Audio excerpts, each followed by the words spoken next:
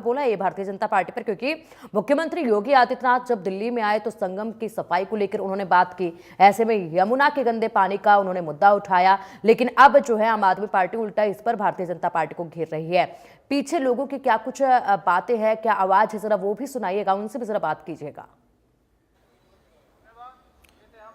देखिए, बिल्कुल मैं कैमरा पर्सन से कहूंगा कि आपको बिल्कुल जो इस समय बात चल रही है, क्योंकि लगातार विधायकों की ओर से जो अभी तक बात की गई है उसमें स्पष्ट तौर पे यही कहा गया है कि ये मुद्दा जो है सिर्फ चुनाव के दौरान जो है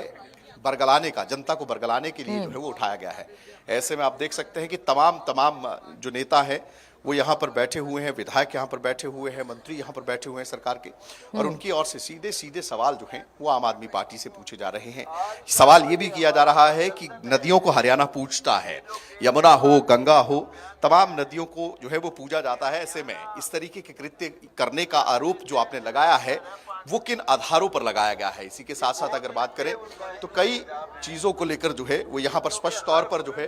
वो यहाँ पर जो है वो सवाल जो है वो पूछने का काम जो है वो किया जा रहा है। और नेताओं की ओर से ना केवल सीधे सीधे आम आदमी पार्टी से प्रश्न किए जा रहे हैं, क्योंकि अमूमन वाटर सरप्लस ना होने का, जो वाटर ट्रीटीज हैं, जो समझौते हैं, उसमें पर्याप्त जो पानी का रेशो दिल्ली को दिया जाना है उसको लेकर सवाल जरूर किए जाते रहे कि पानी हमें उतना जो है उस रेशो पर नहीं दिया जा रहा, और ऐसे में वो मुद्दा जरूर उठाया जाता रहा है। लेकिन ये पहली बार है कि जहर मिलाने को लेकर जो है वो इतनी बड़ी बात जो है वो अरविंद केजरीवाल की ओर से कही गई है, और ये कहा गया है कि वाटर कंटेमिनेट किया गया, हमने लोगों को मरने से बचाया है। अब ऐसे में इस चीज को लेकर कहीं ना कहीं ये पूरा का पूरा जो मुद्दा है इस पर दोनों पार्टियां आमने सामने, ना केवल दोनों पार्टियां बल्कि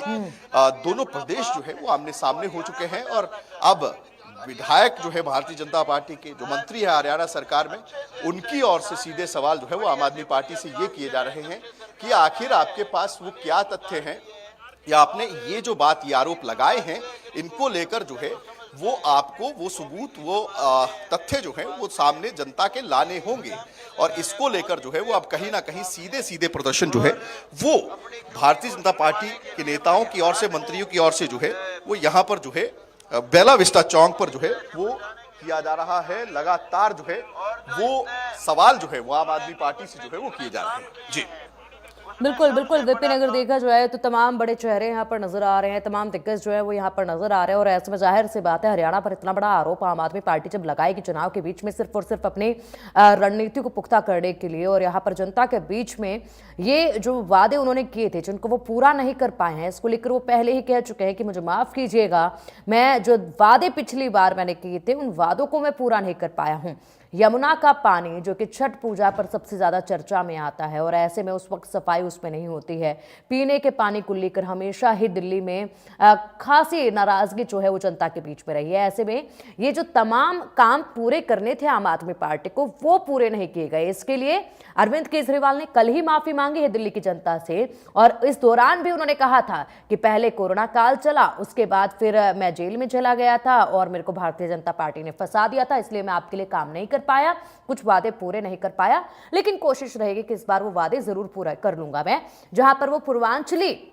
वोटर्स को खासे तौर पर रिझाने की कोशिश कर रहे थे, उनके समक्ष वो जो है वो माफी मांग रहे थे। ऐसे में अब अगले दिन ये एक बड़ा विचार उनके मन में आया और एक बड़ा दाव उन्होंने खेल दिया है, और ऐसे में सीधा हरियाणा पर ही इल्जाम लगा दिया है, जो कि इससे पहले भी कई दफा जो है विपिन देखा गया था। कोई पहली दफा नहीं है जब दिल्ली में से हरियाणा पर ये आरोप लगाए गए हो पानी को लेकर, ये इससे पहले भी लगातार चलते आया है। और ऐसे में देखने वाली बात यही है कि इस बार किस तरीके से यहाँ पर अरविंद केजरीवाल ये जो मुंहतोड़ जवाब जो है भारतीय जनता पार्टी की तरफ से दिया जा रहा है, क्योंकि उम्मीद जो है आम आदमी पार्टी को भी इसकी नहीं थी। लेकिन ऐसे में आज दिल्ली में तमाम रैलियां होंगी, तमाम जनसभाएं भी हो रही हैं, उसमें भी जरूर ये मुद्दा जो है वो उठ सकता है विपिन। केजरीवाल शर्म करो, शर्म करो, केजरीवाल शर्म करो, शर्म करो, केजरीवाल का सफाई, शर्म करो, शर्म करो, बोलो ना। बिल्कुल, देखिए यहाँ पर जिस तरीके से हम सुन पा रहे हैं ये आवाज, यहाँ पर यही कहा जा रहा है कि केजरीवाल शर्म करो। और ऐसे में एक बार फिर से अरविंद केजरीवाल ने न केवल यहाँ पर भारतीय जनता पार्टी को पर पूरे हरियाणा पर ही हमारे साथ इस समय ये सवाल कैबिनेट दागा। मंत्री विपुल गोयल साहब मौजूद हैं। गोयल साहब, आप एनसीआर रीजन से आते हैं, चुनाव दिल्ली में चल रहा है, लेकिन हरियाणा बीजेपी जीत चुकी है, लेकिन हरियाणा को घसीटा जा रहा है कि जहर मिला दिया पानी में, क्या कहेंगे? उन्हें डर है क्योंकि हरियाणा के मॉडल को आज देश के अंदर स्वीकार किया जा रहा है। हरियाणा से जीत का परचम शुरू हुआ था मोदी जी के नेतृत्व में, आज महाराष्ट्र और फिर दिल्ली के अंदर आया। तो इसलिए मैं फरीदाबाद से आता हूँ, मैं अच्छे तरीके से जान सकता हूँ कि जब दिल्ली से यमुना का पानी फरीदाबाद, गुरुग्राम और पलवल की तरफ आता है तो उसमें कितना बड़ा दूषित पानी है, कितना जहर मिला हुआ है। हमने इसके लिए कितनी बार ज्ञापन दिए, कितनी बार उनको लेटर लिखे, लेकिन उसका कोई जवाब नहीं, कोई काम नहीं किया। कई नाले, अनेकों नाले जो सीवर के हैं, यमुना के अंदर डालने का काम दिल्ली की सरकार कर रही है। इसका परिणाम इन्हें भुगतना पड़ेगा। और मैं तो कहूँगा सीएम साहब ने जो डेफर्मेशन की बात की है, उससे भी बड़ा केस जो अनेकों लाखों करोड़ों लोगों की जिंदगी से खेलने का काम ये कर रहे हैं, इन पर वो केस होना चाहिए। नदियों पे बांध बनाने में सर साल लग जाते हैं, वो कह रहे हैं कि हमने पानी रोक दिया, जब जहर मिला है हमने पानी रोक दिया। ये कोई बचकाना बात है। इतना बड़ा जिम्मेदार व्यक्ति कैसी कैसी हल्की बातें कर रहा है कि जनता की, दिल्ली की जनता अच्छे तरीके से जानते, वो इतनी भोली नहीं है झूठ को भी ना पहचाने, है ना, कि इन्होंने पानी रोक दिया। अरे मुख्यमंत्री ने कहा कहाँ दीवार लगाई, किस जगह रोका, कहाँ बांध लगाया, सिर्फ झूठ, सिर्फ इस तरीके के जुमले छोड़कर और चले जाते। दिल्ली के मुद्दों से ध्यान भटकाने के लिए एग्जैक्टली दिल्ली में तो कुछ किया नहीं, कुछ कर रहा है तो बोले क्या, तो इसलिए ये सब करने का काम हो रहा है। और मैं तो इलेक्शन कमीशन से भी रिक्वेस्ट करूंगा, ऐसे व्यक्ति का कैंपेन बैन किया जाना चाहिए, इन पर लगाम लगाई जानी चाहिए और इनको राजनीति से बर्खास्त किया जाना चाहिए। धन्यवाद। विपुल गोयल कैबिनेट मंत्री हैं हरियाणा सरकार में। स्पष्ट तौर पर यह कहना है कि बचकाना बयान जो है वो दिए जा रहे हैं और